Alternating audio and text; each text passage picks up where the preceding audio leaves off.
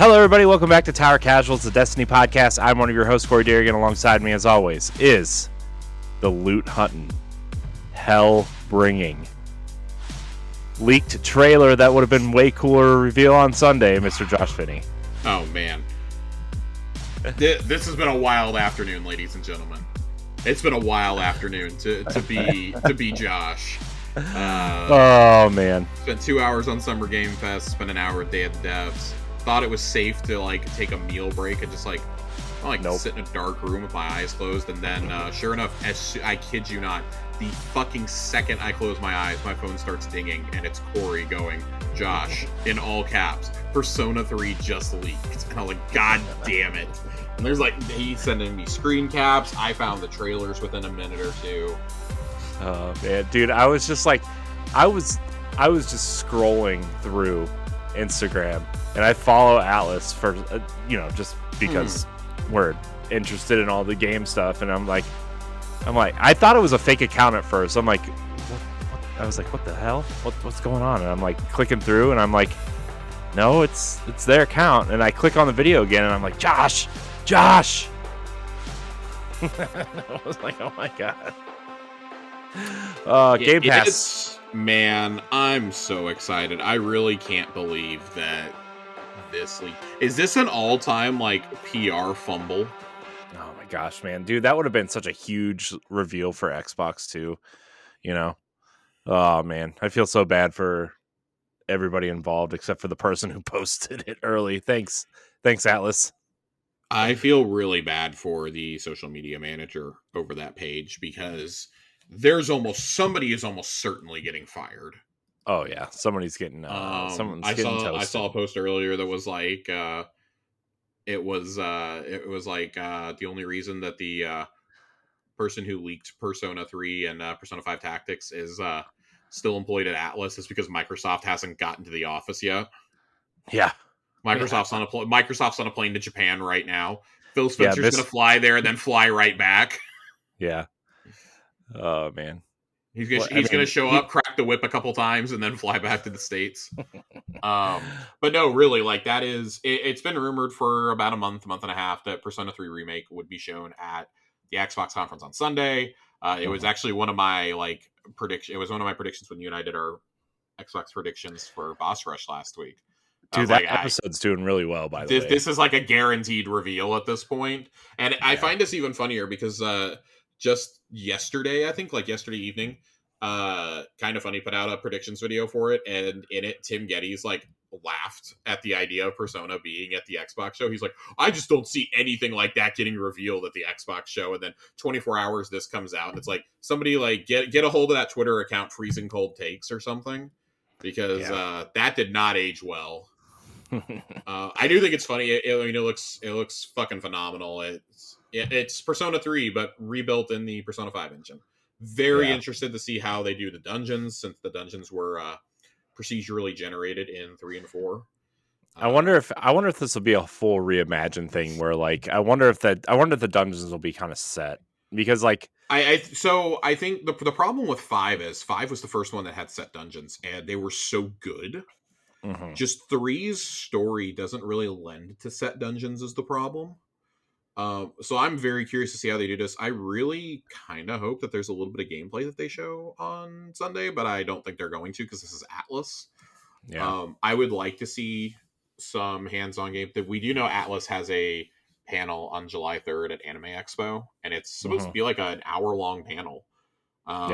So we suspect that this and Tactics are what will be shown there. Maybe a teaser for Persona 6 at the end.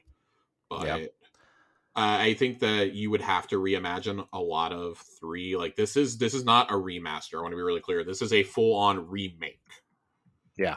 3 very much plays like a visual novel, but it was the bones for what 4 and 5 would become.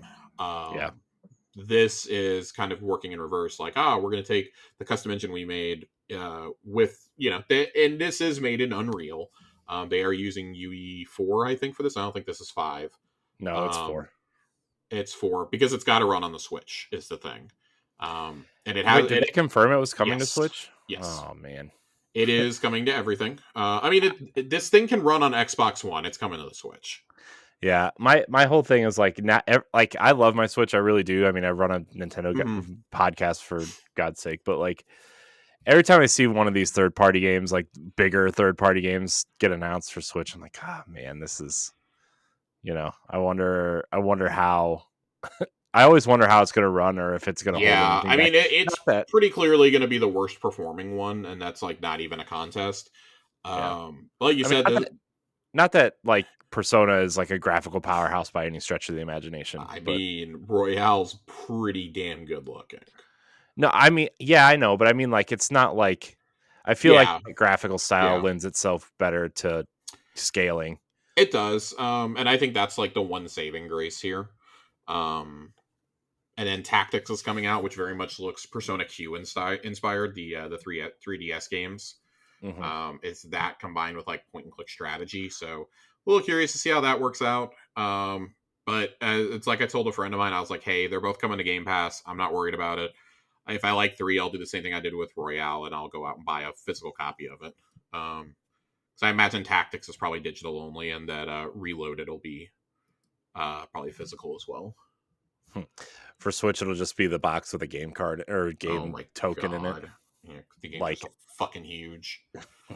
I am really excited though. I do think that would have been a megaton announcement. I'm still holding that Yakuza 8 gets announced on Sunday, even though we got a Yakuza game shown today. I This is bet it like one of does. those. This is one of those spin-off ones. Hmm. It's a $50 spin-off game, which got leaked by PSN last night, which was really funny. Yeah. PSN and Atlas quickly becoming the new Walmart Canada over here. Mm. Man, But remember it that just it, Walmart it made me Canada leak? really excited for what we can see. I mean, we saw more Alan Wake, cool. That was already at the PlayStation show. It looks just phenomenal. I can't believe this is where we got Spider-Man 2 info at. Like, you didn't just announce the release date 2 weeks ago? Right. That was really bizarre to me that they like there was like this big blog post about like, oh, we're not ready to commit to a release date, and it's like, well, Jeff definitely knew this was coming already, so Yeah. this is awkward. Right. Did This you see makes the that $300 collector's PlayStation edition? showcase even more baffling. I know. God, I don't even want to think about the play. It was I awful. That thing was. God. There was absolutely nothing in that showcase that had me excited. Like I mean, like even building on top of that, like there was some Exoprimal there today. That's almost certainly getting shown at Capcom Showcase on Monday, yeah. along with what was the other Capcom thing that we saw today? I mean, there's the Street Fighter crossover. That was the Exoprimal thing. Yeah. I feel like there was something else from Capcom that I'm completely forgetting. Shoot. Hold on. This is actually really bothering me now that I can't remember it off the top of my head. I don't know. It'll come back to me eventually. Yeah. Oh, Dragon's Dogma 2. That's what I was going to say. Dragon's Dogma 2 is going to be at the Capcom show. I'm like, okay, we got a trailer for that at PlayStation Showcase. Like, it was just very weird that like as soon as Alan Wake 2 got shown at the PlayStation show, Jeff Keighley, like not even 2 hours later, him and Remedy are like, "Yo, we're gonna have a full level of gameplay at Summer Game Fest." I was like, Jesus, like, way to kick them when they're down. Right. Liza P continues to look really interesting if you're in the Soulsborne games. That looks really good. There's a demo out now, apparently. So you could check that out. Final Fantasy VII Rebirth, though. I mean, that stole the show. Let's be honest. Yeah. That was the best part of the whole show. There were 2 surprise announcements before we get to Final Fantasy, I guess. There were 2 announcements I did really like in the early portions of the show, and that was the like Metroidvania style Prince of Persia game that was shown. Yeah, that like was cool. 2.5D. I'm very excited for that. Also, hilarious that a brand new Prince of Persia will come out before the Sands of Time remake. I know. Well, that whole remake got We've rebooted, been covering right? that since before we started Tower Casuals. Right. I think that's the summer that it got announced. It was supposed to come out like 6 months later, and then like a month before release, it just vanished.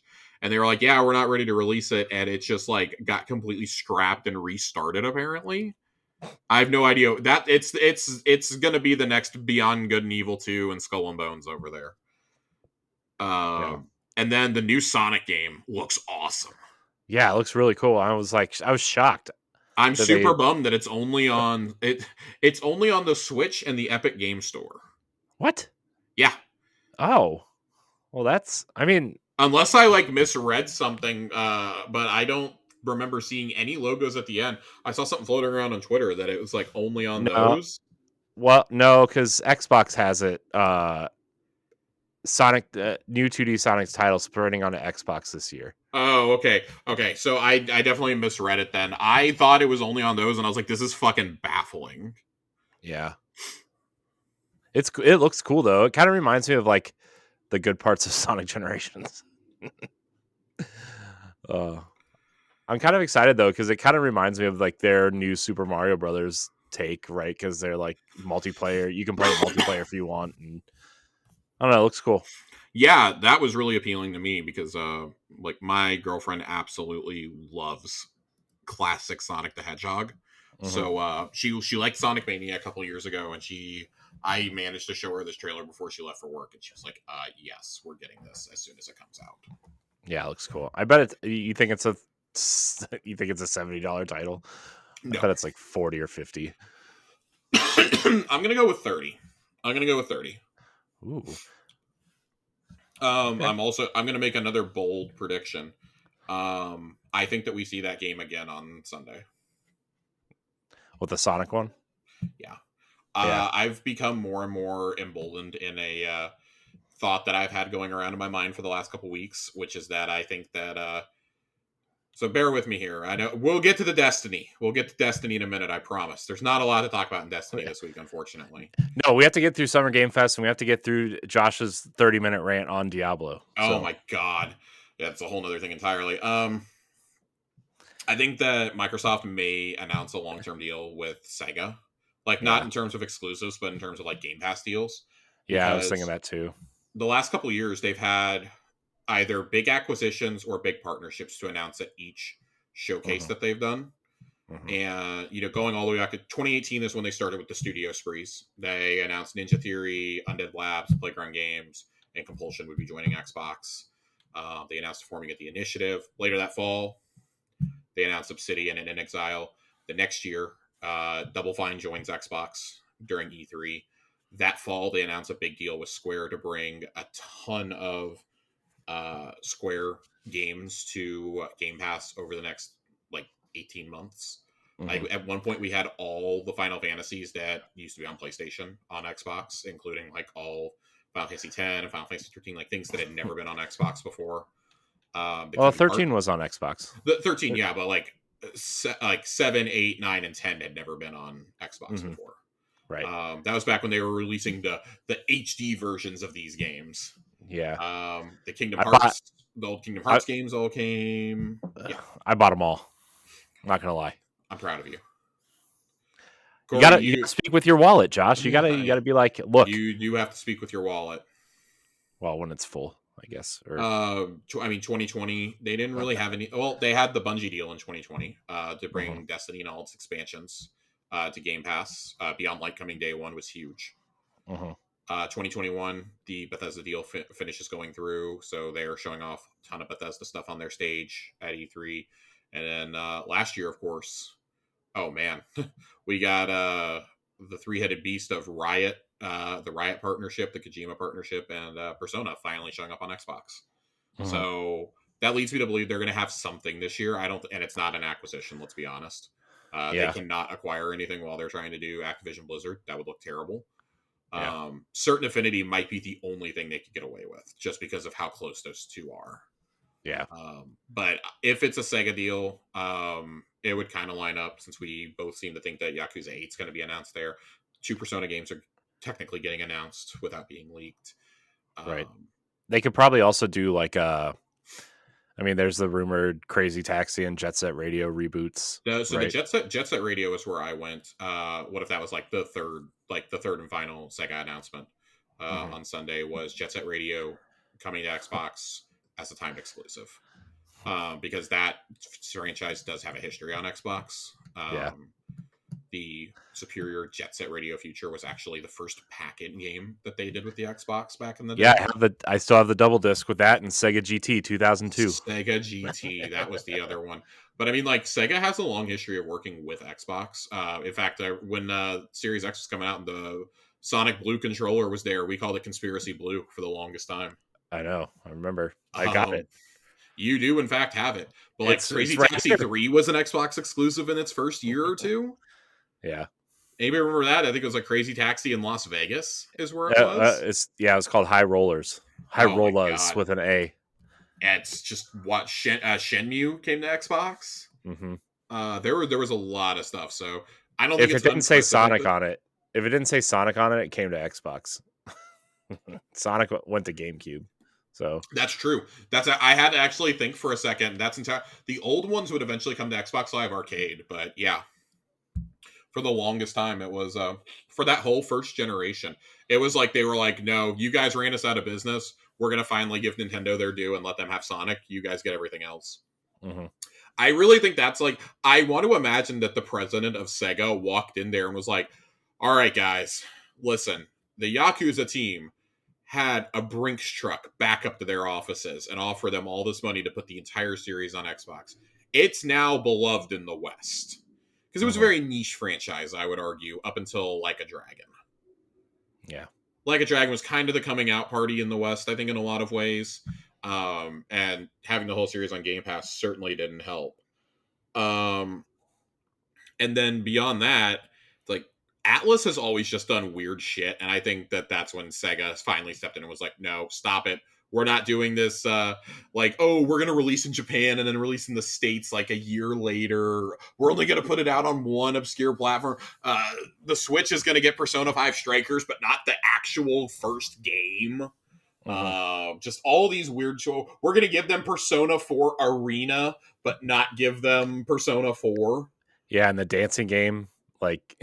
Oh my god, the fucking dancing games, like, we're gonna give you all this stuff, but we're not gonna give you the actual games that any of them are based on. It's just very weird decisions. The only thing more Atlas than the decision to, like, make a Persona 5 Tactics game, I feel, would have been to announce, like, Persona Tactics or Persona 3 Remake exclusive to the Amazon Luna. Like, that would have been the most Atlas thing I can possibly imagine, but just... That would have been my top announcement of Summer Game Fest, but here we are with Final Fantasy VII Rebirth, which looks fucking wild. 2 discs on PS5.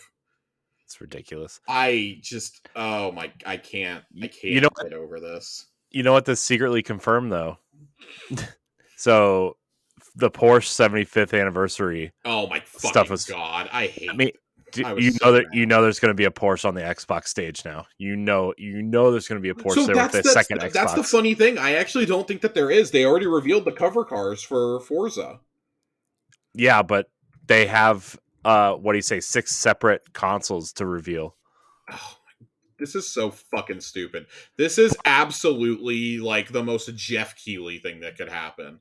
It felt like a commercial right in the middle of it. Because at first I was like, "Oh my god!" Like I was watching it with our friend Austin, and he was like, "Are they showing Forza Motorsport here?" And no, I was like, Austin, we got to brace ourselves for like 6 minutes of fucking Forza Motorsport information on Sunday, even though they've already announced 2 separate streams that it'll be a part of next week. Right. Also, what if they reveal a white Series X though? Because those skins were on white Series X's. That was a rumor. That was a rumor going around afterwards. I'll be honest. I've just like kind of lost my. I don't want a big white Series X. I think that the black just like, I think it just looks better personally. I mean, I'm not buying another Series X. I'm just like, but what I would do though, I wouldn't mind having a black Series S. So, riddle me this before we move on to Diablo. So the Starfield controller and headset leaked this week, and they look they look pretty cool. I dig them.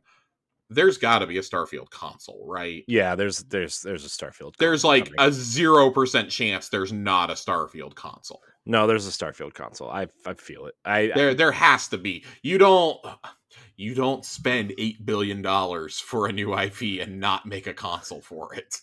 Right. What else are they going to do? Oh, here's a Forza Motorsport console. Nobody wants that. Give me the Starfield. What was the Halo one's the only one they've done, yes. Right? I have the Halo one. I love the Halo one. Yeah. Yeah, I just didn't think they did anything else other I than could that, see them except for like doing one giveaways. for. I feel like they're going to do one for Starfield, and like maybe they'll do like a Black Series S or something. Yeah. God, what if the Um, Series S was the Starfield console? oh my god, dude! That Don't. would be such a wrong move. They're gonna hear you. Let's shift gears a little bit. Let's Hold no on, pun intended. before we do that, Yes, what do you think of this Spider-Man 2 Collector's Edition? I think this is fucking overpriced as hell. I think this is absurd. $230 for a statue that frankly doesn't look that good. I know, this is so I have seen ridiculous. better statues for under $100 at my local comic shop. Yeah, I can't believe how bad this looks. Then like that's all you get with it too. You get that the game. and you spoiling the game. Well, I mean, if you played Spider-Man 1, the post credits show the symbiote and Harry Osborn. So like, I know, but like what if that was the tease for like I don't know. I just feel like I don't think it's you spoiling have the anything. black suit. They've been saying for a couple of years that it's going to be Venom and Craven.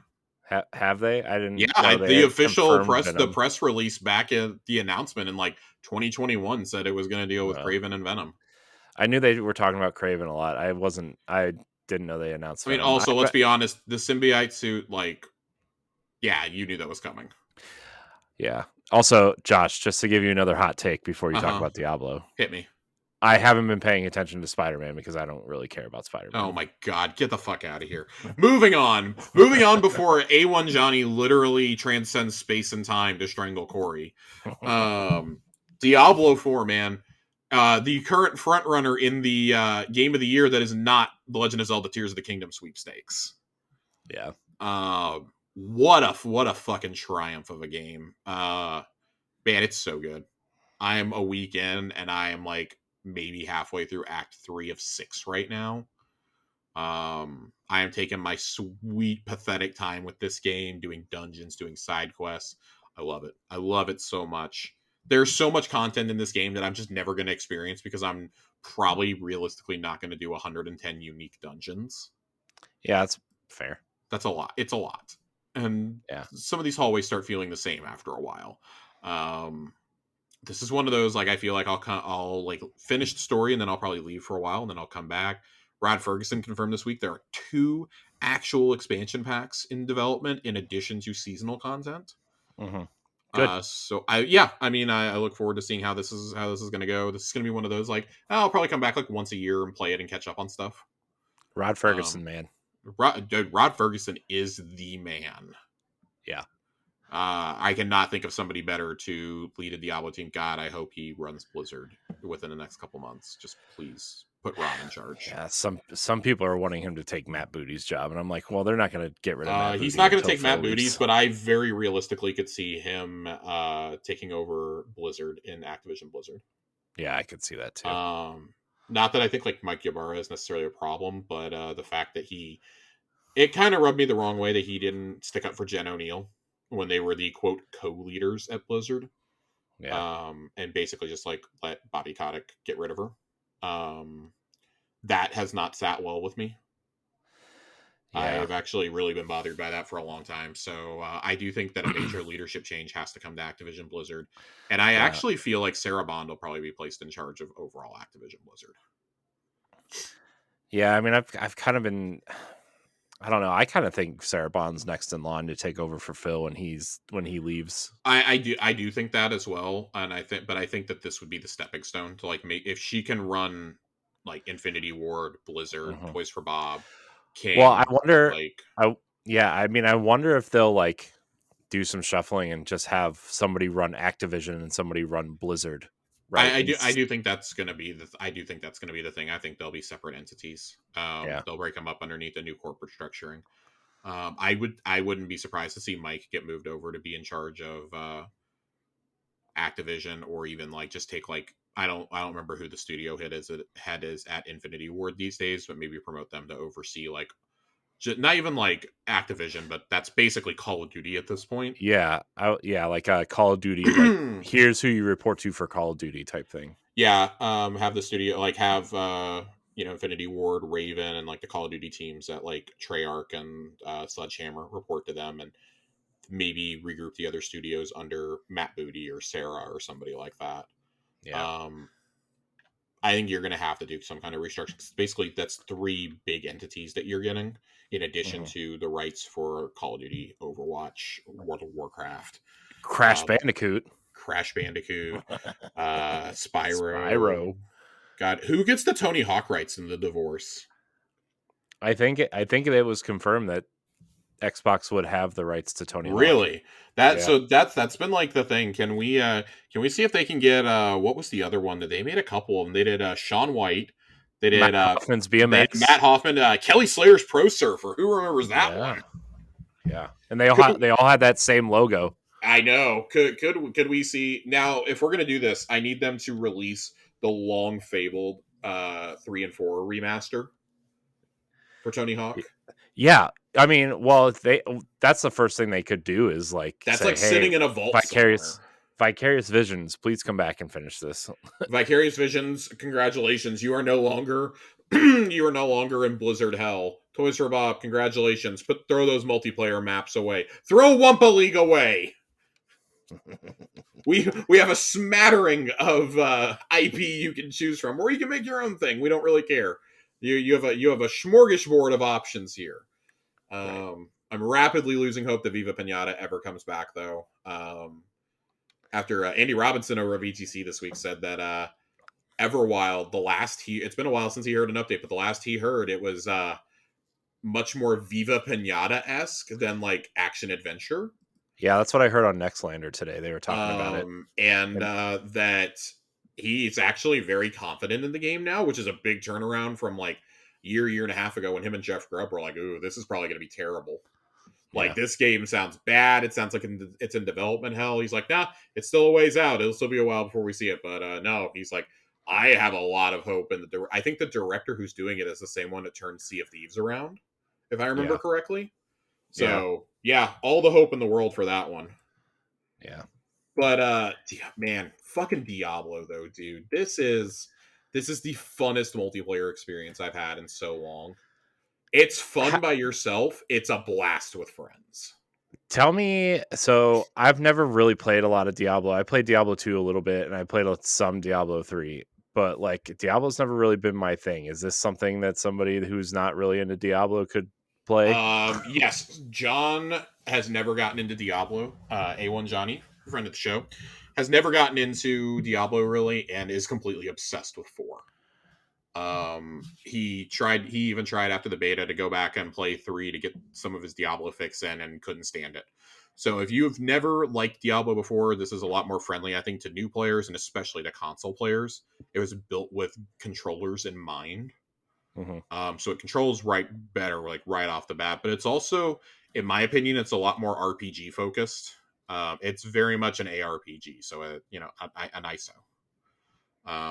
And I really like that about it. I think that the classes all feel unique. They all feel great. You have that great power fantasy there. The story is really engaging. The lore is engaging. Like I said, it's the front runner right now in the sweepstakes of I'm not Tears of the Kingdom, but I would be Game of the Year any other year. Yeah. It's kind of a two-horse. For me, it's a 2-horse race between that and Jedi Survivor right now. I wonder if Diablo has the chops to beat out Zelda. It doesn't. I mean, I'm sure a lot of, I just, I don't know. A lot of people are talking highly of it, but I say that like kind of begrudgingly. I feel like this game is not going to top Zelda just because like Zelda kind of transcended pop culture a lot like Animal Crossing did. Mm-hmm. But it's also like I've never seen a game not never, but I haven't seen a game take over social media the way that Zelda did outside of Elden Ring in a very long time. Yeah. And I think that's going to be the staying power for it. I think Diablo will have the staying power too. Jedi Survivor is going to be a casualty. But when you're going to have in the next like 3 or 4 months, you're going to have Final Fantasy 16. You've got Street Fighter 6 just came out to the best reviews in franchise history. It's got like a 92 on Metacritic right now, I think. One of the best reviewed fighting games ever. You got Armored Core 6 on the way. You've got Baldur's Gate 3. You've got Starfield. Spider-Man 2 is going to come out. Forza is going to come out. Pikmin 4 is going to come out. Like, that's just like in terms of triple A's. Like, right off the top of my head, Hellblade 2 is probably coming out this year. Like, Oh my there's god, so that's the many one that's games. circled for me. Is There's Hellblade. so many that are going to be vying for that game of the year. I do think that Diablo is probably a lock for a nomination because I do think that it's not like listen, I like fighting games, but fighting games are a niche genre compared to like action adventure or RPGs. Yeah. I think right now, if you had to guarantee two games that are going to be Game of the Year nominees, it's Tears of the Kingdom and Diablo 4. Yeah. It's way too early to predict the other ones, but I suspect Final Fantasy 16 probably gets a pretty big push. Starfield That game probably seems gets in the pretty. mix. That game seems pretty divisive. I feel like in terms of like what Um, people want from Final Fantasy, not the yeah, quality of the I game think specifically. it's because it's like shifted so far in the direction of Devil May Cry. Yeah. They're Well, definitely I mean trying to that's modernize it, which is a good thing. But yeah. I think that I don't know if it controls similar to Seven Remake, then I think they made the right decision. I think Seven Remake's combat was awesome. But also, like the whole time I'm playing 16, I'm going to be like, damn, I'd really just kind of rather be playing Rebirth right now. Yeah. And that's not a bad thing. It's just like, wow, Square's Final Fantasy team is going to deliver two must-play experiences in like 8 months of each other. Um, And there's a lot that's to come good in for this them second though. half. It's going to be wild. There's some great looking indies that are coming. Liza P, I think, could be a spoiler for some people. Yeah, I just downloaded the demo for that. We're gonna have two major DLCs this year. Well, it remains to be seen if the Elden Ring DLC will come out this year, but Phantom Liberty is coming. That's Mhm. gonna be big. Shocked that wasn't there today, to be That honest. so Microsoft has the marketing for it, so I actually would not be Yeah. shocked. What if so they clearly tried to recreate the whole like they wanted people to have the reaction to Nicolas Cage that they did to Keanu at Xbox's E3 in 2019. Do we think it's at all possible that Idris Elba comes out on stage to promote Phantom Liberty? Yeah, I would 100% If guarantee it. like, could you? How much money do you think they offered him and Keanu to come out for like 60 seconds? They will. What if they both walked out? That's what I'm saying. Like, how much That'd money do be you think they offered to get both of them there? that'd be amazing. I mean, probably a dump, probably enough to fund a whole game for a year, fund the development of the God, game for a man, year. they just like diverted one of the Persona jets to Yeah, go to Idris Elba's home in the UK. they straight up canceled the Halo, the Halo project. Oh my god, dude! One thing I do not think we're seeing is Tanaka.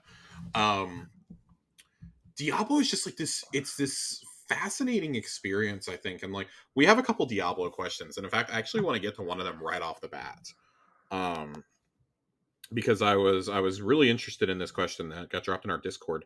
Um, We're gonna get to all the Diablo questions, but Hail Hydrafool writes in and goes, "In Destiny, I main a warlock, but I play a necromancer in Diablo 4. My friend plays Titan and Barbarian. Do you see yourselves picking similar archetypes in games?" Yes, For I definitely do. so Corey does. Corey likes to punch things. It's very true. That's what I'm gathering here. Yes. I like to be the stealthy type. Like usually in like a fantasy RPG, I like to be the guy with like stealth and a bow. So I do think that I play pretty similar, which is why it's really funny that I'm not playing a rogue in Diablo. I'm playing a necromancer, which I think kind of like aligns with that. Like I like to play in the shadows and do ranged attacks and stuff.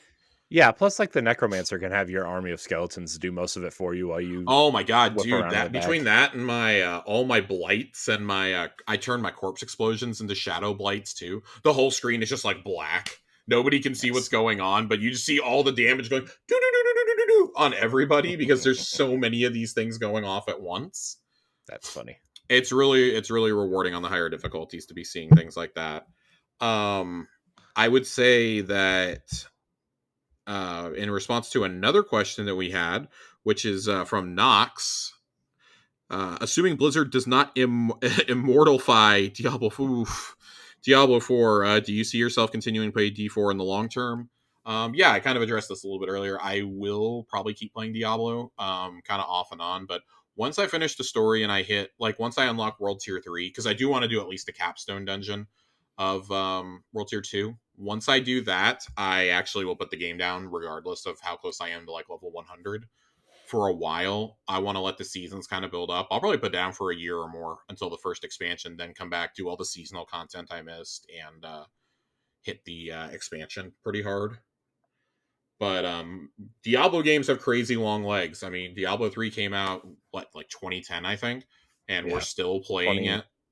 Everybody was still playing it like a decade later. So, Yeah. and that survived the auction house. If we can survive the Diablo 3 auction house, Diablo 4 can survive anything. Yeah. Also, like Immortal.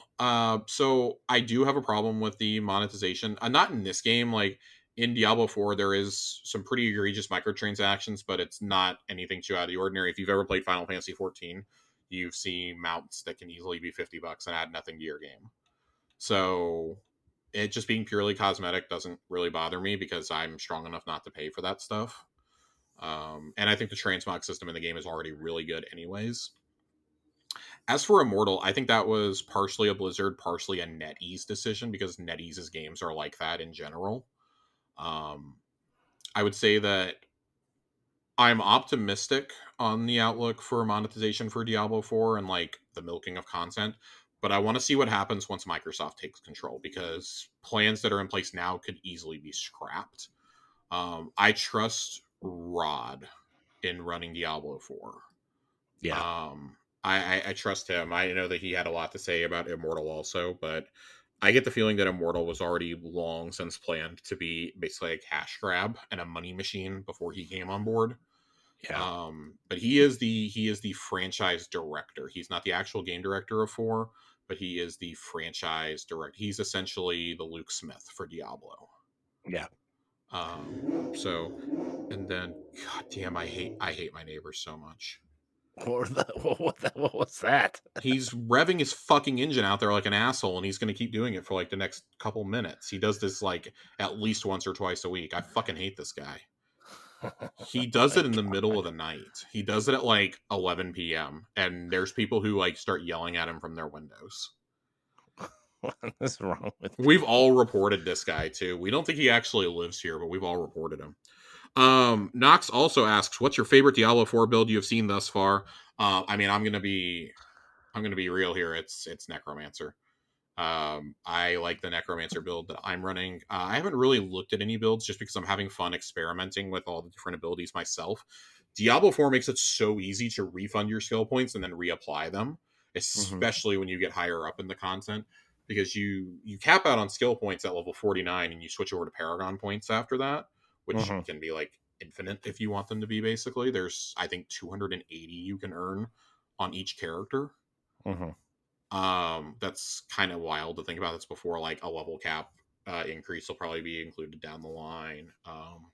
And the Paragon is where like you can truly specialize in certain skills. So very much looking forward to that. You pick like a specialization like a War Priest or something like that in my instance. I think Light Master is another one, and I absolutely want that because I focus on doing damage over time. It's a great game though. I think it's got a lot of depth to it. If you are playing Diablo 4 in the Discord, we have a Tower Casuals clan set up. It's just Tower Casuals, 2 words, in Diablo. So feel free to come join us, have fun. There's about 7 or 8 of us in there, and we're still trying to figure out how clans really work or what the benefit is for clans in Diablo. But for right now, we've got one going. I bet when seasons start, there'll be a better kind of. I think so too. Definition. First season starts like mid-July, so I'll actually probably finish the story up here in the next week or so, and then probably put it down so I can shift back to Zelda or shift over to Final Fantasy. Yeah, I'd really like to get Zelda done before 4th of July, and I don't think it's going to happen. Yeah, good luck with that, man. Good luck with that. I would like to get Zelda done in the next year. We have one final Diablo question, and that is from Ronnie. I haven't played Diablo in forever. I need your best used car salesman pitch to get me to buy it. You want to see how many? It's just like slaps hood of car. You want to see how many dungeons I can cram into this baby? This is a grinder and loot chaser's paradise, Ronnie. If you like experimenting endlessly with different builds, and they make it so easy to do other characters. If you finish the campaign on one character, when you start another one, you can skip the entire campaign automatically. Oh my gosh, what a concept. What a You have fucking to pay, concept. And you you don't have have to to pay pay for for it it. either. You don't have to pay for it either. What a concept. You unlock shit for all your characters as you complete certain challenges in the world. It's great. It's absolutely fantastic. So yeah, no, Ronnie, if you like doing that, this is the kind of like loot that it's almost overwhelming how much I get, but they make it so easy. You can travel back to the main town to sell shit or scrap things while you're in a dungeon. What? Imagine that. As long as you don't leave that town, and it'll pop up with a big ass warning if you start to, you can travel to and from freely. Just not What in a a boss. con. I think boss battles are the only time that it gets disengaged. But if you're playing co-op and you go to like the hub city of that area that you're in, you can teleport instantly to your teammates, to whatever teammate you Wow. want. You just go to their Wow. bubble. They surround the town square. It's fantastic. This game is very, very, very multiplayer oriented. And like World Tier 1, I can blow through pretty easily by myself. World Tier 2, you better bring some homies because that shit gets rough. Yeah. But it's still a lot of fun. I'm really enjoying it right now. I encourage you, if you like loot and you like grinding, this is the game for you. But Corey, alas, 40 minutes in, we do have a little bit of Destiny to talk about this week. Not We do. much, frankly. There really isn't a whole lot. Josh, we have to do something though, Josh. What do we have to do? We have to acknowledge and pour one out for the TWAB because the TWAB Is now the is no twig. more. Yeah. We talked about this like 3 times. We did. We literally wondered what this was going to be called. I'm still going to call it the TWAB until at least Marathon is out. I'm going to be completely honest. I see no reason to switch this right now. I think this is really silly to change this right now. Yeah. But whatever. I'm not in I mean, charge. I don't make the decisions. I get when there's multiple games out that you want to do this, or like, like a couple months, or like maybe 6 months out when Marathon starts its real marketing cycle, right? Like, Yeah. sure. But like, man, if Marathon's like a year and a half out or whatever, and they're Dude, like, Marathon's not coming before next Christmas. I promise. yeah, I mean, that's what I mean though. It's Even like, then, I think they're probably holding it till spring 25, honestly, because they're not my going to want it to theory, get they probably won't want this to get in the way of the 10th anniversary of Destiny. yeah, my theory is it doesn't want to get in the way of the anniversary after the final shape. Destiny, I bet, takes maybe a year off from an expansion. Oh And man, they're Marathon going to might. have to go to like Curse of Osiris priced level expansions, I think, for a little while. Yeah. To So kind of wrap up, they need to be bigger than seasons, but they need to be longer than seasons also, so that you're not feeling pressured to play all the time. You can't just abruptly not have any content. That's how you'll lose your entire player base. yeah. And that's kind of the corner they've backed themselves into. Speaking of backing into corners, though, we don't have much in the TWAB, so we'll cover that in a second. We have to talk about these disconnects. We have to talk about the absolute dog shit servers again. Yeah. It's bad. It's real bad. They keep going down. Last night, I think it was right as I was getting ready to go to bed, there was a message that came out that said, hey, we're entering all day background maintenance. You might be returned to orbit when we start. That's a pretty standard notice. And then like an hour later, they sent out another notice saying that the game is coming down for emergency maintenance. And it was down for most of the night. It goes back up, gets pulled down again a couple hours later. And it's just like, oh my God. Like the solution that they had to have this avoided clearly is not working, even though they just implemented it like a couple weeks ago. Mm-hmm. This is bad. Like the response I saw from everyone was like, well, I'm going back to Diablo then. Yeah, this is a bad look, especially right now when you're going to try to retain a player base. Look. This is a horrible look. You have a pissed off player base. You have a competitor like right now that's like getting outstanding reviews, right? Like, yeah, I mean, like, and like, it remains to be seen. Like, does Diablo have the staying power? I don't think Diablo even needs to. Like, that game is going to sell 40 million copies without even blinking. It's already been played within 3 days of early access. It had already been played 93 billion hours or something. Right. Like, which is more than recorded human history, I think, is what the metric Blizzard had was, or like 10,000 years worth of playing time, something like that, some absurd number. When I think about things like that, I start going, okay, Bungie's got to do something. I don't know what has to happen. Like, it's clear this game is hanging on until the final shape comes out. They really should have just. It's so easy to backseat dev, right? Like, okay, we probably should have. Maybe Activision was onto something. Maybe we should have broken off into Destiny 3 with the release of the Witch Queen. Maybe Yeah. we should have gone. I don't know if you could have gone next gen only then, but certainly you should have just made the. You should have just honestly cut the cord for Lightfall. There's no reason that Lightfall could not have gone next gen only. That's the unfortunate part that we're at now, is we're having to have these conversations, because we've said it many times before that we thought this was going to continue to be a problem. It's gotten worse than I ever dreamed it would. And it's only going to get worse the more that you add to the game. Like, it's not making me want to engage with the game right now, because I'm like, well, if I'm just going to keep getting locked out of it, why even bother booting it up? I'd rather just go play Diablo or try and keep working through Tears of the Kingdom. I play Destiny because I love Destiny. Right. I don't love this aspect of Destiny. I hate it. Like, I have to wonder, like, how many people did they pull off to put on Marathon at this point? I mean, it seems like a lot. Really, honestly. Like, I don't want to point fingers, and I don't want to backseat dev, because I think it's really disrespectful to these teams, but I think it's pretty fair for us to start wondering. I mean, we've wondered it about Crucible for years. Have you sent some of the network team over there? Like, that game is going to have dedicated servers. You're going to tell me fucking Destiny can't get dedicated servers? And I understand that probably requires an entire code rewrite. If they weren't already considering Destiny 3, it better be the top priority at that studio. I mean, here's the thing. If you don't want to waste dedicated servers on Destiny 2 at this point, if you're going to have like a Destiny 3 or like whatever's next, right? And that maybe that will have dedicated servers, right? So it has to be. It has to be. Like, so they have now, with this announcement for Marathon, they have now set the expectation. We have a question about Marathon this week from the dealer. Dealer writes in and goes, is Bungie still working on another PvP game? Yes. Other than Destiny. And or are they working on another game in general? Yes and yes. They are, as we talked about a couple weeks ago, they are working on Marathon, obviously. We covered it last fall. We covered it a couple weeks ago. Marathon is a strictly PvP experience. That is where almost the entire Crucible team went to. And I personally think... Oh, go ahead, Corey. Oh, and that rumored hero shooter too, right? So that's what I was going to get to. I think that is on ice. At best, I think it's on ice.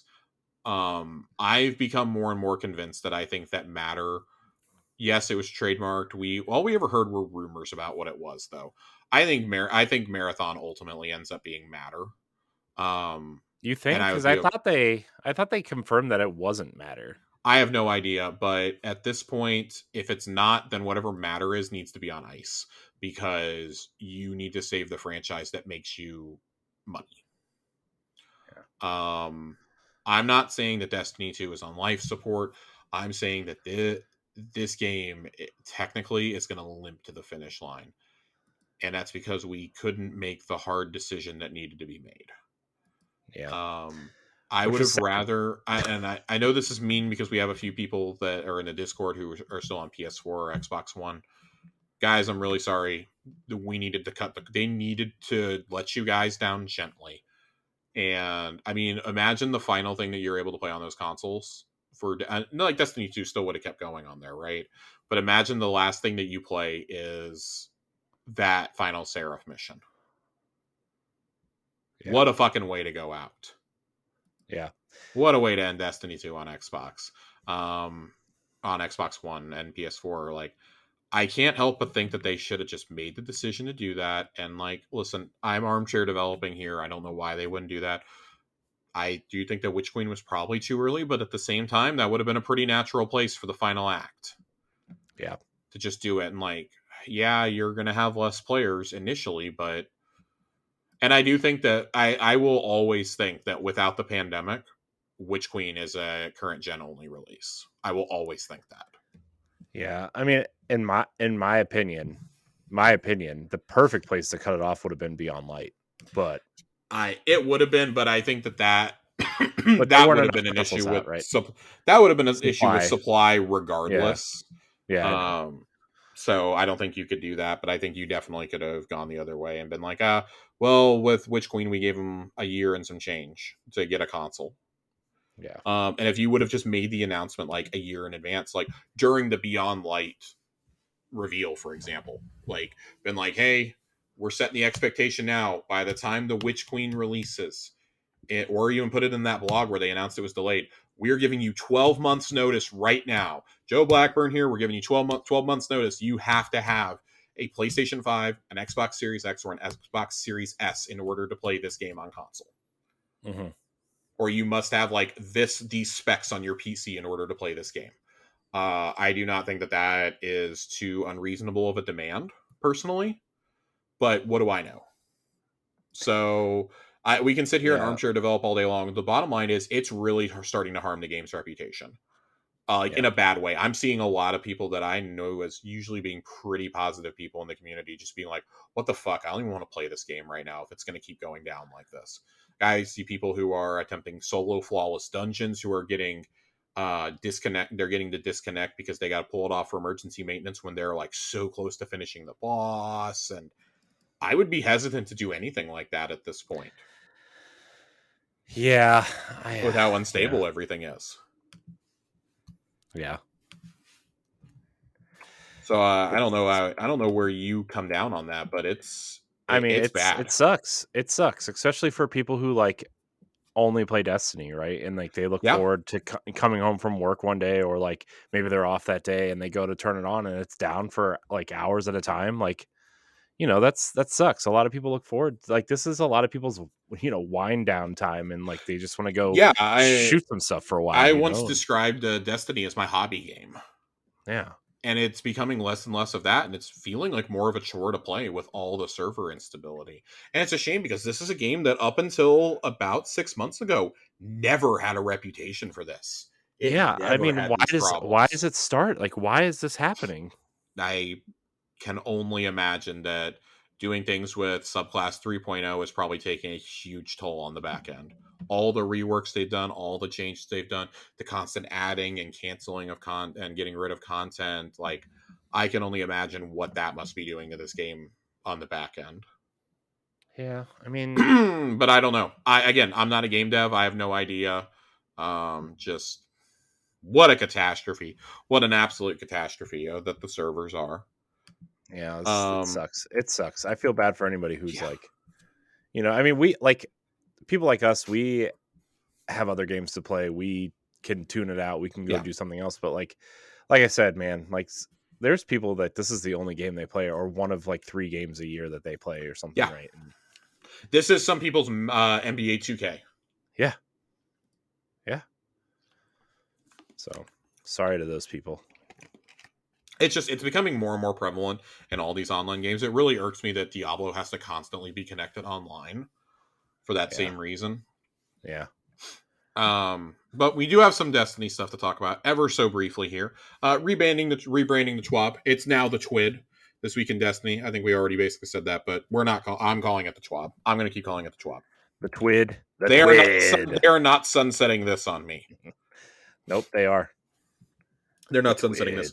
They are running a fashion contest with a spiffy looking emblem here, which we know you can express what Season of the Deep is all about with just 5 pieces of armor. Don your drippiest designs and try out the most combinations, and of course let us know with hashtag drown in the drip hashtag for a chance to win our very new and exclusive. I don't like that. Pret a Porter fashion emblem. You have until June 15th, so get to work, fashionistas. I love drown in the drip. I think that's great. I hate it so much. Grandmaster Nightfalls, of course, launch on June 13th, which is next week's reset. The Conquering Guild node will still open on week number 7. So get ready to face the Lightblade. If you're aiming to get the Adept version of the Wendigo GL3 heavy grenade launcher next week. And in case you are wondering, the Loaded Question Fusion Rifle and Braytech Osprey rocket launcher will be featured the following 2 weeks. So that's pretty exciting. Supremacy has entered the Rotator playlist in the Crucible. I want to read this because I found it really funny. You all owe Callie an apology. We need to talk. What did she ever do to you? What's your problem with murderous Taken Techians? We know the Supremacy got rewind rounds, that Techian Force has a sick PvP role, and that Reconstruction and Bait and Switch make Apex Predator a top tier option for DPS, but that's no reason to put Callie into such a situation. A lot of you stepped into every plate to get double rewards, while others just cursed their aim over how many Golden Gun or Sleeper Stimulant shots they missed. Either way, the outcome would be the same. A lot of good loot. No wonder players spent 2.17 million hours in the last Wish raid during the first week of Season of the Deep. That is not only more than 247 years of playtime, but also the single highest week of total hours ever engaged in the activity, even bigger than last Wish's launch week back in 2018. Wow. They're not saying that they're going to fix this, which is pretty funny. But they're probably afraid they're going to break something. Something else. Well, it's funny we say that because update 7.1.0.2 will be deployed on June 13th. A reminder, the extra reward awarded by the weekly Last Wish quest, the one handed by Hawthorne, was not intentional, so it's going away. Starting Tuesday, you'll get one deep sight weapon from it, since that was always the plan. You'll still earn at least another one every week, because the final chest after dumping Riven's Heart gives one per week and account. But you still have a few days till the fix is implemented. This update will re-enable Vesper of Radius, since it won't have such explosive behavior with certain weapons anymore. Sunbracers will have their increased duration of solar grenades restored. And after Saladin had a very long conversation with Kefri's Horn, the strange interactions this Titan exotic helmet allowed have been fixed. Did you see the videos of Kefri's Horn during Iron Banner last week? Yeah, I saw a bunch of them. I love that was being exploited, and then Bungie on a holiday weekend has to go in and say, nope, and change it. They changed the game mode at like 8 o'clock at night or something. They took control out and said, here you guys go. You get Eruption instead. Which is that's really funny to me. That is, honestly, that's it. Yeah. Small TWAB. Twid. Small twid. That is it. There is nothing else here. Man, I mean, look, they had to have known people weren't a lot of people weren't paying attention to this week, right?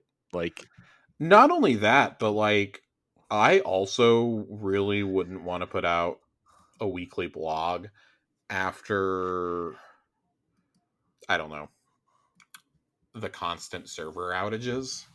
I also really wouldn't want to address this.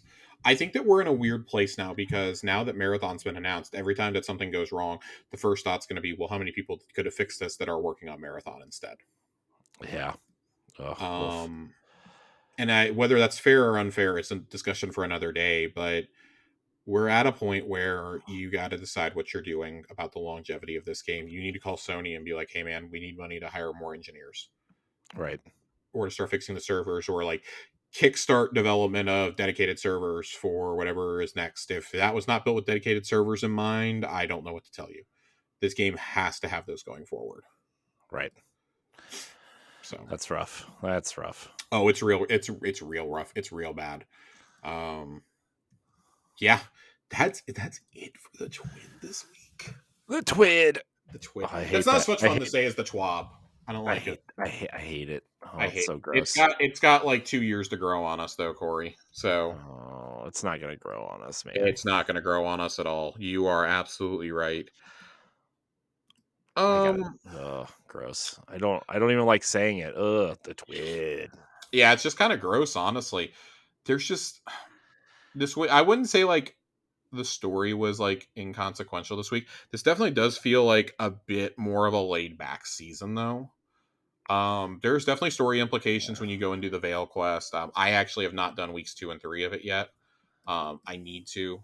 And then this week's story content I thought was really cool between Sloan, Drifter, and Saladin. I think it was really interesting. Even if it wasn't like massively impactful, it's just like, Drifter actually does like care about others. He's not, he's not who you want. He wants you to think that he is. Yeah. He's actually a big ass softy at heart. Yeah, he is. Drifter. Uncle Drifter. Creepy Uncle Drifter. But yeah, there's not a whole lot for the story. Have you done one of these deep dives at like the most difficult they can get? No, I am not as difficult as they can get. Dude, Mm-mm. so I did a couple rank 5 ones last week. You can now get it up Oof. to rewards times 7.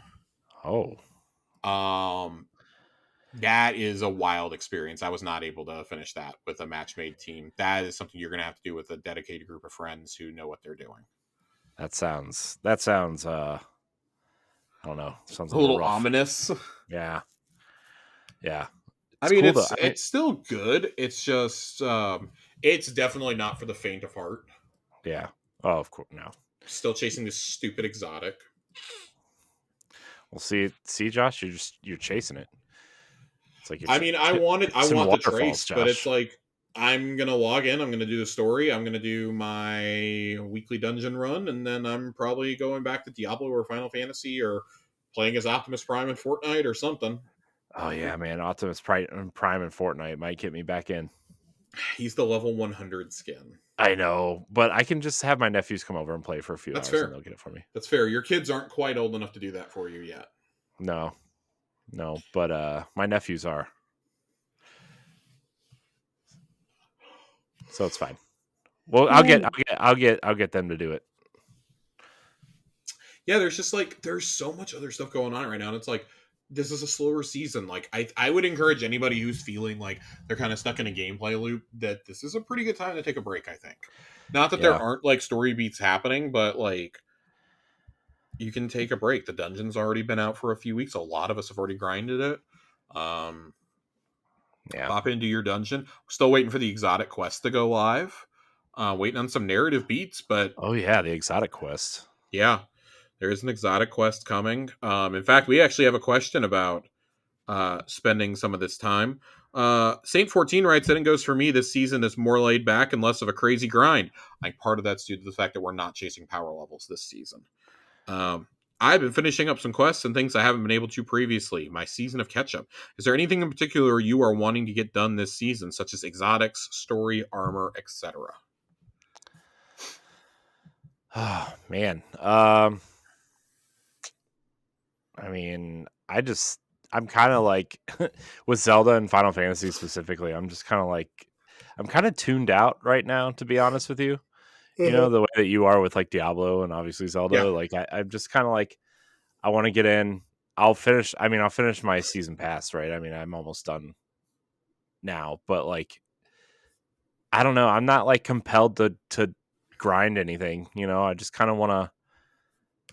I don't know. Like you said, this is a good season to kind of take off and play other games, or you know, go outside maybe because it's June. Ugh, not in Texas. I will not be going outside. Forget that. Mm, I would like to chase a couple of exotics this season. Obviously, I want the trace rifle. I'd like to go start taking chances at hierarchy of needs again and conditional finality. I mm. would like to get all of those. That would really be the only way that I would be playing catch up this season. Because other than that, I mean, I'm just chilling. Yeah. I'm just chilling. I'm here. It doesn't like super bother me, honestly. Hmm. So I don't know. Yeah. I do think that this season being more laid back is a really good thing. I think that the devs are also like pretty tired. I wouldn't say the second season is where it happens. Usually the third season is like the season that they seem to take off. I think they really needed to now though. Yeah. So I hope that seasons 3 and 4, fingers crossed. I hope that those are bangers. But for right now, I'm like kind of cool with just like sitting out. Yeah. I kind of feel like that, especially the last season this year will be like that's going to be the banger, right? I feel like leading into Oh the God, final I shape. hope so. It has to be all bangers all the time at this point. Yeah. So I mean, that's you know, that's what I'm looking forward to, really. Yeah. I'll back. Oh, I will back that up. I guess in continuing with the questions, because we do have some Destiny related questions Yeah. and some non-Destiny Questions. questions. Joasis asks, "What is your favorite destination of Destiny 1 or Destiny 2, except for the Dreadnought? Because that's an obvious choice." What you thinking, Corey? Uh, I mean, I really like the Plague Lands from Destiny 1, but I also really I really liked Europa when we went there, honestly. Mm-hmm. I thought Europa was super cool when we went there. So those would probably be my choices, but yeah, the Dreadnought was obviously a banger. So Dreaming City Yeah. too, I guess. The Dreaming City, I would love to say the Dreaming City, but man, just talk about promises unrealized. Um, Oh, the Infinite Forest. God, Promises the unrealized. Infinite Forest. Um, I'm gonna probably go in terms of like the look and aesthetic. I'll probably go with Nessus. I really like Nessus. I like how it's a forest planet that's also been terraformed by the Vex. I think that's kind of fascinating from a perspective of Destiny's lore. Yeah. Because I don't really have one in Destiny 1 outside of the Dreadnought. Like, nothing was actually like, super memorable to me. I had nothing but bad experiences on Venus. Mars was a pain in the ass to get around. Yeah, And D1 Mars sucked. D1 Mars sucked. D2 wasn't too much better, but Escalation Protocol was at least fun. Yeah. Man, I don't know what else. I think that would probably be the only location across both games. I'd be like, yeah, I really love this location. Um, I do like the Dreaming City a lot. I just think that the promises are unrealized. So Yeah. That proves to be a problem. Yeah. Hopefully I don't know. Hopefully, once they get everything situated, I'm almost of the mind that they just kind of want to get through Destiny 2 and release whatever's next, and like have that clean slate of fully realized stuff, right? God, Because I like hope so. it just feels like between like vaulting some planets and like bringing in these new revamped subclasses and kind of playing around with artifacts and are we not using power levels, right? Like they the more and more I've been thinking about it, the more and more I'm like, they need a clean slate. They need a Destiny 3, right? They need it. And like, yeah, stuff from Destiny 2 might be able to carry over, like your character or like your triumphs or things similar to from Destiny 1 to Destiny 2, but like they want that clean slate. I'm more and more of the mind that I would like a clean slate after the final shape into a new game. So yeah. Yeah. I'm hoping for a clean slate myself. We desperately need it. Tiger Jesus Dedicated server. asks us, will we ever see glaives with different melee combos? I hope so, but I have a feeling that's going to have to be something that revamps the entire melee system. So probably would be a Destiny 3 thing. Yeah.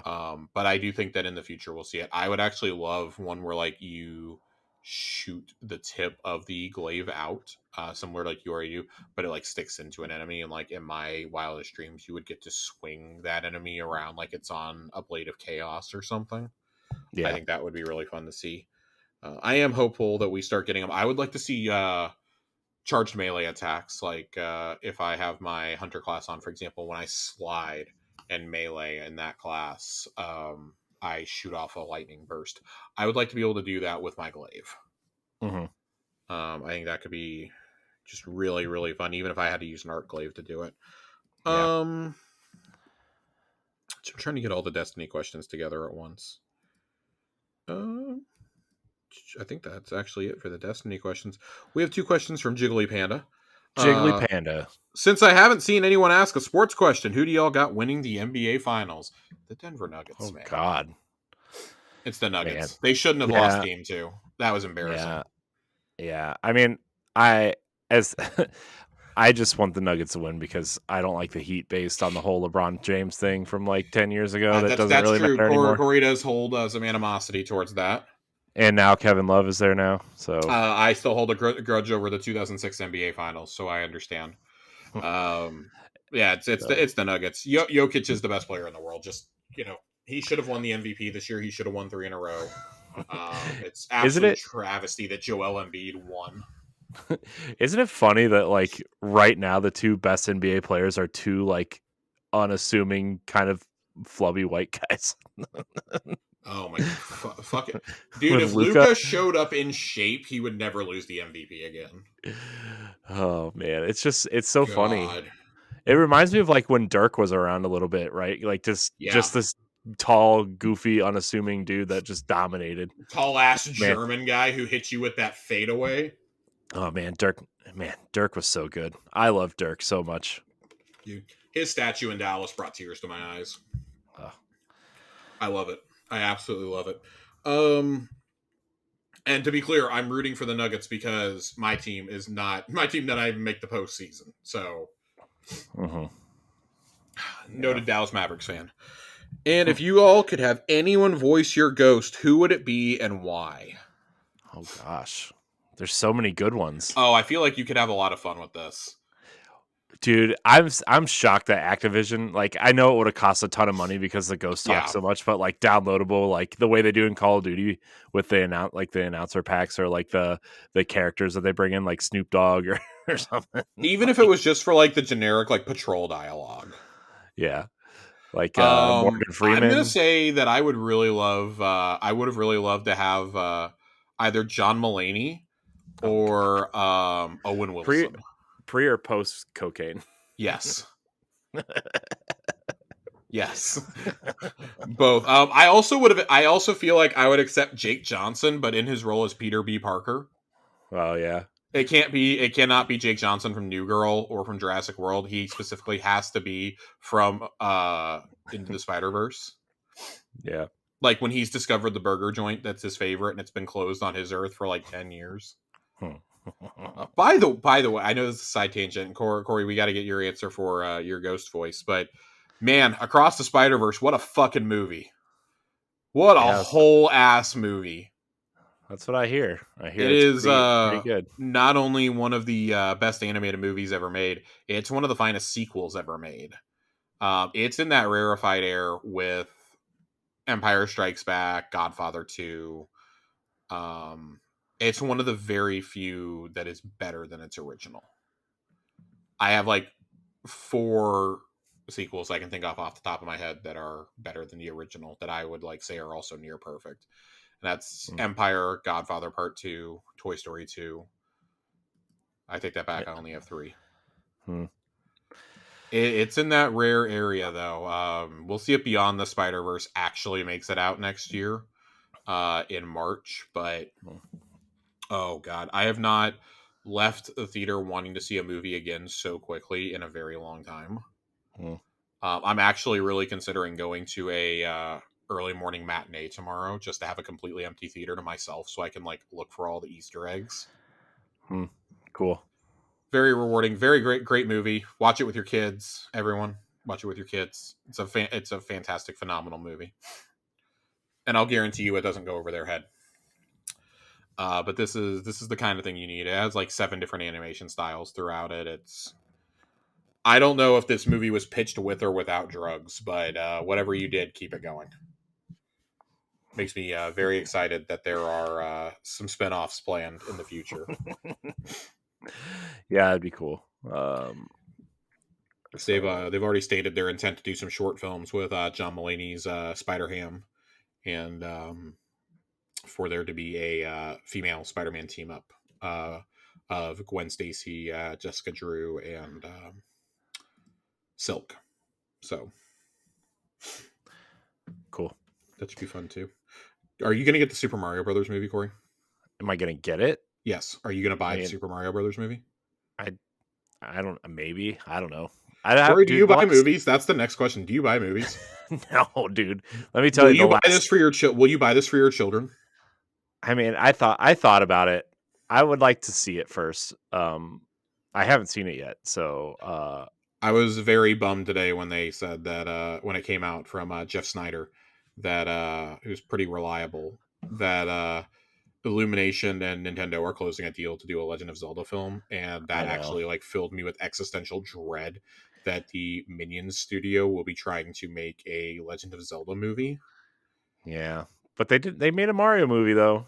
Yeah, but Mario doesn't really need like plot. Yeah, well, Zelda has like 4 different timeline branches, Corey. I know, but Ganon is like the ultimate shit talker. I wonder if they're gonna do like a Wind Waker style movie. I think that's the only, if you're going to keep the same style, that's the only way you could really do it, I think, without it looking corny. Hmm. I would just prefer a traditional 2D animated film. And I know that's not going to happen, but I would really love to see what, like, a studio, like some of these anime studios, so you see like the studio behind Demon Slayer or behind Attack on Titan, could do with The Legend of Zelda. And I think Hmm. Zelda also kind of fits into that category of like something like The Last of Us, where I don't think you can tell this story in 100 minutes. Yeah. Like, I think you need, like, at the very least, I think you could do it in like 6 episodes. But if you're going to tell something like Ocarina of Time or The Wind Waker, you can't cram that into an hour and a half. That's just not going to happen. And then, God forbid, you get into something. I mean, Ocarina of Time is pretty complex. God forbid that you decide to do something like, Breath of the Wild or uh, Skyward Sword or, Link to the Past. Like, you're trying to go over the imprisoning war at that point. Majora's Mask has all this time travel. Wind Waker covers an entire ocean Yeah. and different realities on top of that. Like, there's very few games I think that you could actually in the series that I think you could adapt into one movie. And like one of the only ones is Minish Cap, and they're certainly not going to do that because Ganondorf is nowhere to be found. Yeah. All I'm saying is if we're going to do the Wind Waker style for this, I need Fat Ganon to make a return. Yeah. I need thick, fat Wind Waker Ganon, who is arguably the most terrifying of the Ganondorfs, I think. Yeah. Because he's willing to murder a couple of like 10-year-old kids. Yeah. Well, that was, I mean, And the King of Hyrule does like fuck all. He just touches the fucking Triforce and then pieces out until you kill him. fair. Yeah, you're right. Absurd. Absolutely absurd. It's ludicrous. Ludicrous. Will Matt Mercer also voice Ganondorf in this movie? I see. Why not? I feel like he kind of has to. He knocks it out of the fucking park in Tears of the Kingdom. Why not? I love Matt Mercer. He's great. Who would you want voicing your ghost? Well, I have one request actually, Josh, for our buddy Fox. Okay. Oh, okay. Adam Sandler is going to voice his ghost for the rest of time. God.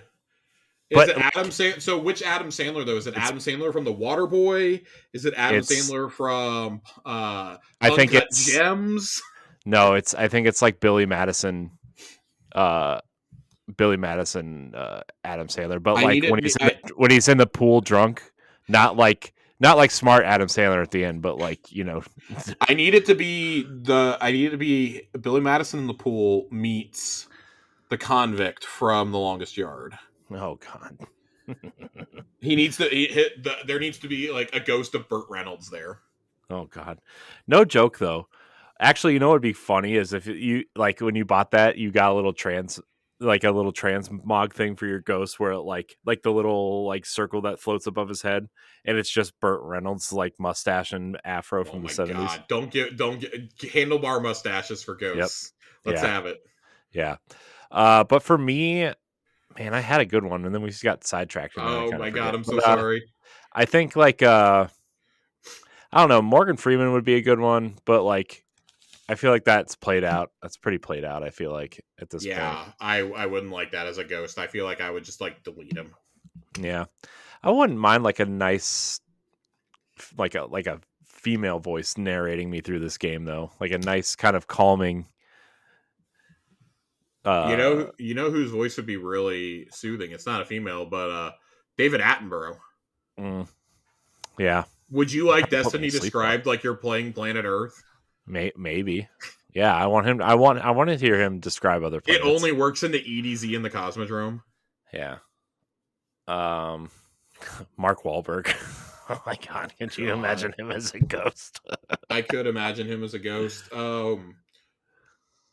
Someone else, God rest his soul, that I would have loved. My girlfriend's been watching Sopranos for the first time. She's never seen it. I've watched it a couple times all the way through. And she absolutely loves Polly Walnuts on the show. Tony Sirico, R.I.P., would have been hilarious as a ghost. Him or Michael Imperioli, who plays Christopher on the show. Absolutely great. Just give me that Italian accent. Yeah. An Italian mobster being your ghost would just be great. Yeah. Oh, that's funny. I also think like Ice-T would be funny. Oh my god, have you seen John Mulaney's bit about Ice-T on SVU? Yeah. So great. They Yeah, always look Ice surprised. talking about contusions. Oh, that's so Oh, funny. Jesus Christ. So last before we move on, like You're good. We don't have any more questions. I've had a new kind of appreciation for John Mulaney over the last year or so. He's And great. like his new stand-up special was actually really good. I liked how he just kept addressing that little kid in the corner of the audience. Oh, it's great. I really like just how like his whole story of like the intervention is hilarious. They Yeah. made him take his shoes off because they thought it would prevent him from running down the street. And he was like, I am high on drugs. I have not slept in 48 hours. What makes you think I will not run down the street barefoot to get to my drugs? It's very self-aware, and I really enjoyed that about him. We've seen his stand-ups so many times. We quote them all the time in this house. But that you can very clearly tell this is why he was not in Across the Spider-Verse, Yeah. is because he was finishing up a rehab stint and busy being a parent with Olivia Munn of all people. So kudos there. Before we move to, well, I guess we'll do the lore corner. Never mind. I was going to do things out of order. We're going to do the lore corner, and then we're going to talk a little bit about episode 150 before we get out of here. Yeah, man, that's next week. That is next week. It is coming up rapidly. The piece that we have to read, I've been kind of debating if I was going to do one or two. Because I'm pretty sure that I've already read this one. So we're gonna read. Hang on, I got sneeze. A sneeze, he says. Oh my god, I'm like half asleep. I'm feeling under the weather now. I have not slept good in Stop. 2 weeks. Well, stop playing so many video games and take a nap. Dude, it's not even that. I go to bed. I take medication to help, and it is just nothing is working right now, unfortunately. This is the Sparrow to be remembered. Each night, the clamor of the tower hangar gives way to silence as the engineers change shifts. Neek used to find the lull unnerving, preferring to bask in the sounds of arc welders and power tools. Together, she and Amanda would speak about nothing and everything over the capography. Now Neek prefers the silence. Her servitor shines the light on the Sparrow in front of her as it had done for weeks. After making some final adjustments, Neek circles around to the front of the Sparrow and hits the ignition. The engine sputters and burns out. It's happened 100 times before on other nights with other Sparrows, but this time something is different. Neek snarls an Elixir curse and hurls her spanner at the floor. Then she buries her face in her forehands and collapses into a heap, her eyes glistening with tears and her ether tank rattling with her ragged sobs. Well, there's your problem, crackles a voice behind her. She looks up to see her servitor projecting a holo recording. Miniature recreations of herself and Amanda crouch next to another Sparrow as Amanda gestures to its thrusters with a grease-stained arm. She imparts a lesson about its functionality with a smile that says she enjoys sharing the knowledge. Watching now, Neek can't help but smile too. It was a lesson she had forgotten, but thanks to her servitor, it would stay with her forever. She wipes away her tears with a grease-stained arm and gets back to work. This is a pretty fitting conclusion to, I think, not just Neek and Amanda's story, but Amanda's story in general. That her legacy is felt beyond this. This one for me feels more earned than the lore we read about Sloan being so broken up about Amanda's death. Yeah. Like, okay, cool. They interacted in like one scene maybe in the campaign, and it makes it sound like they were like best friends for all these years when I never got that vibe ever. Yeah. This is pretty fitting, though. We followed the story of Amanda and Neek ever since Splicer, and this feels like an earned conclusion. I think that's what I like the most about it, and that it's funny. Like the servitors are going to keep Amanda's memory alive. I don't know if that's the way she would have wanted it, considering how distrusting she was at first, and it took quite a while for her to come around on it. But I like that we finally got to that point, and I hope that one day we get to see Neek in an official like NPC capacity. I would love for Neek to be like the Sparrow and ship vendor going into whatever the next game is. Yeah, I mean, especially if they like, we've kind of hypothesized that we might go to Reese at some point, Mm-hmm. and like we take a group of Fallen with us on in whatever ship we take. I'm assuming some type of The helm. yeah. I was gonna say maybe our own capital ship, but Yeah. that's uh and I like what's happening. So Yeah. I'm happy. That's gonna be our lore corner for tonight. The other piece that I had picked out when I was skimming it, I realized that we've already read it. So that's gonna do it for lore corner tonight. Before we get out of here, Corey, we have a big anniversary next week.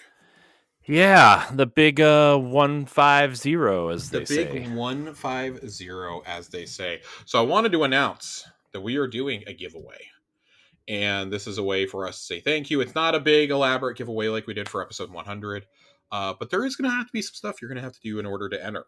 I wanted to make this available to people who are in the Discord or who listen to us without being a part of the Discord. I know we have a few people who have written in the past. Jacob and Christy. I remember you guys. Christy won our giveaway last year for the Grimoire Anthology. This year, the prize is going to be the fabled Halo graphic novel that I was insistent I had somewhere. I finally found it in one of my boxes. It was still sealed. That is going to be my giveaway for episode 150. I will write a note in it from Corey and myself and ship it to whoever wins. As a thank you for being a listener, this and that, personalized note.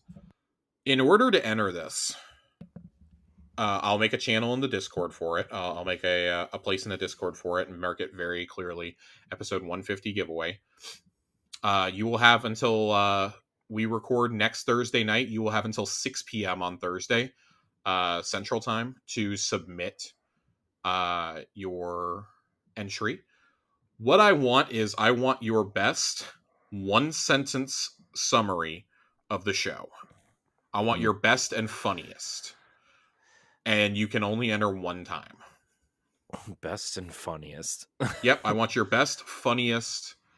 Yeah, best or funniest, whatever. And I want to be able to read these on the show. But the reason why we need it beforehand is because I want to be able to announce the winner on episode 150. I've already talked to the mods in Discord about this. I've talked to Johnny and Fox and Joe about this, and Nerd. The four of them will not be eligible for this. They can still submit, and I encourage them to. They can still submit something to be read on the show. But working on something special for the mods for later this year.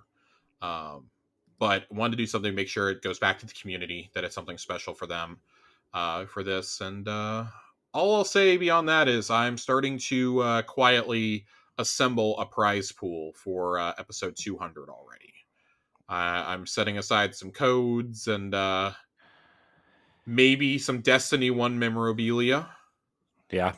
Into a pile. I did come across one of the Destiny 1 steel books a couple of months ago. Nice. And I have that off to the side. Nice. That will be my contribution. If you are not in the Discord,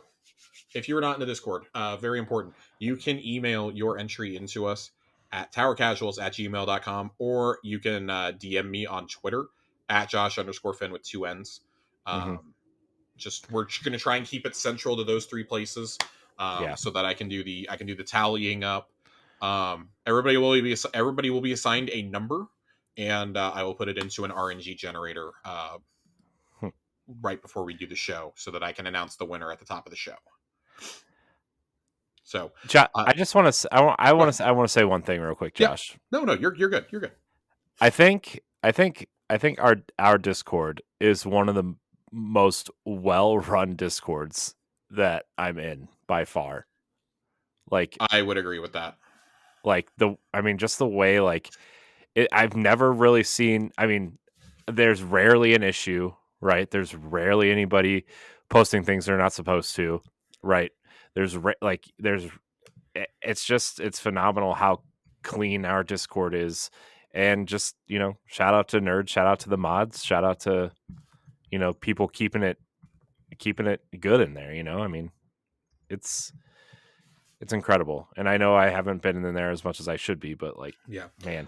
Definitely shout outs to Nerd and Fox, and I know Johnny and Joe were in there a lot, moderating, but shouts to Nerd and Fox, Ronnie, Aaron, and Saint in particular.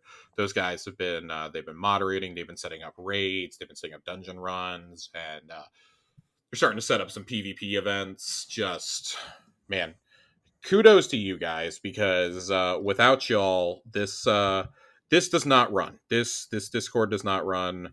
I think that the reason that it is so well run is because you guys are just outstanding. You guys are outstanding in everything you do. Also, shout out Minded Emperor 9. I completely forgot you. We just stepped up to be our Crucible battle master in the last couple of weeks. I have just been completely disconnected. But you guys, putting together events from Iron Banner, six stacking an Iron Banner, with, comical weapons, to, doing triumph runs for raid encounters, teaching dungeons and raids for the first time. You guys have been absolutely awesome and are absolutely the backbone of our community. Like, our community isn't what it is without you guys. So I really appreciate it. Yeah, it's awesome. So thank you, everybody. Really. Thank you, everybody. So, what else we got, Josh? I think that's about it, honestly. I think that we're about ready to get out of here. Yeah. Josh, you and I are covering the Xbox showcase.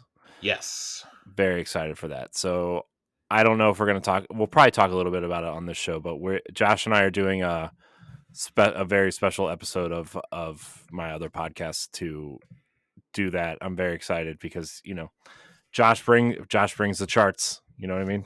I bring charts and I bring numbers. I'm very excited to do both. Yeah. So I'm very excited for that episode, Josh. I'm like chomping at the bit for Sunday.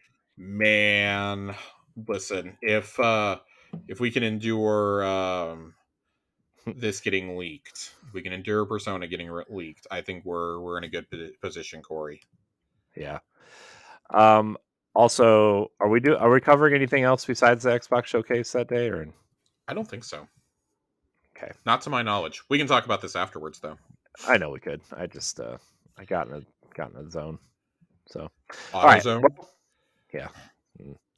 Anyways, I want to thank everybody for watching and or listening to this episode of Tower Casuals. You can follow us on social media at Tower Casuals. Join the Discord. We want all of your words for episode 150. Josh, thank you for your time tonight, as always. Where can we find you? Josh_Finn, 2 N's. Also, I know there's been a request for Planet-specific shirts on the store. I'm going to get there. Oh, Josh, I forgot to tell you. You forgot to tell me. And I meant to tell you last week.